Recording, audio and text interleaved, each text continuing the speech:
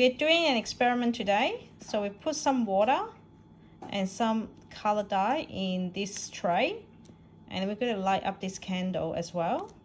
And we've got a glass here just to show you the start.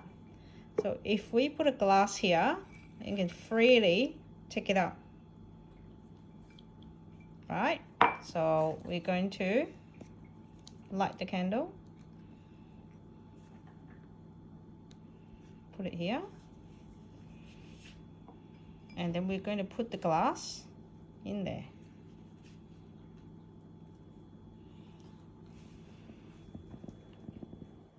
So as you expect, the flame will go. In this experiment, hydrocarbons and oxygen are converted into carbon dioxide and water through combustion. As such, there should be more water.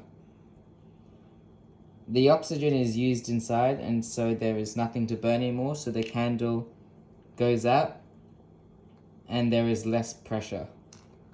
So when you have less pressure, see, you can't take the glass out.